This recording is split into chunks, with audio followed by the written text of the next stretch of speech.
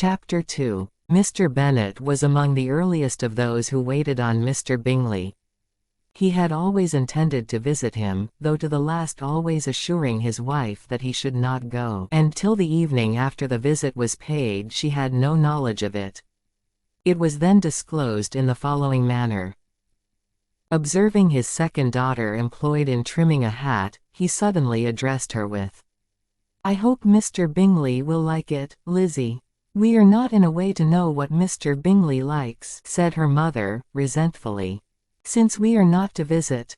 "But you forget, mamma," said Elizabeth, "that we shall meet him at the assemblies, and that Mrs. Long has promised to introduce him." "I do not believe Mrs. Long will do any such thing. She has two nieces of her own. She is a selfish, hypocritical woman, and I have no opinion of her." "No more have I," said Mr. Bennet, "and I am glad to find that you do not depend on her serving you." Mrs. Bennet deigned not to make any reply but, unable to contain herself, began scolding one of her daughters. "Don't keep coughing so, Kitty, for heaven's sake. Have a little compassion on my nerves, you tear them to pieces." "Kitty has no discretion in her coughs," said her father. "She times them ill." "I do not cough for my own amusement," replied Kitty, fretfully. "When is your next ball to be, Lizzie?" "Tomorrow fortnight." "Aye, so it is," cried her mother. "And Mrs. Long does not come back till the day before. So, it will be impossible for her to introduce him, for she will not know him herself." "Then, my dear, you may have the advantage of your friend, and introduce Mr. Bingley to her." "Impossible, Mr. Bennet, impossible, when I am not acquainted with him myself." "How can you be so teasing? I honor your circumspection. A fortnight's acquaintance is certainly very little. One cannot know what a man really is by the end of a fortnight. But if we do not venture, somebody else will. And after all, Mrs. Long and her nieces must stand their chance. And, therefore, as she will think it an act of kindness, if you decline the office, I will take it on myself." The girls stared at their father. Mrs. Bennet said only, "Nonsense, nonsense. What can be the meaning of that emphatic exclamation?"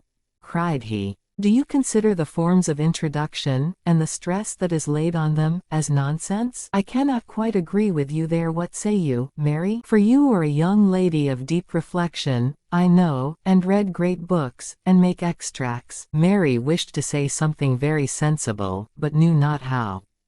"While Mary is adjusting her ideas," he continued, "let us return to Mr. Bingley."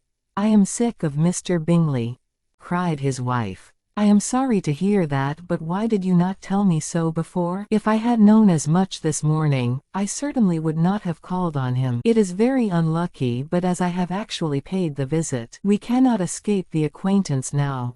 The astonishment of the ladies was just what he wished, that of Mrs. Bennet perhaps surpassing the rest, though when the first tumult of joy was over, she began to declare that it was what she had expected all the while. "How good it was in you, my dear Mr. Bennet! But I knew I should persuade you at last. I was sure you loved your girls too well to neglect such an acquaintance. Well, how pleased I am! And it is such a good joke, too, that you should have gone this morning, and never said a word about it till now." "Now, Kitty, you may much as you choose," said Mr. Bennet, and, as he spoke, he left the room, fatigued with the raptures of his wife. "What an excellent father you have, girls," said she, when the door was shut. "I do not know how you will ever make him amends for his kindness, or me either, for that matter. At our time of life, it is not so pleasant, I can tell you, to be making new acquaintances every day. But for your sakes we would do anything.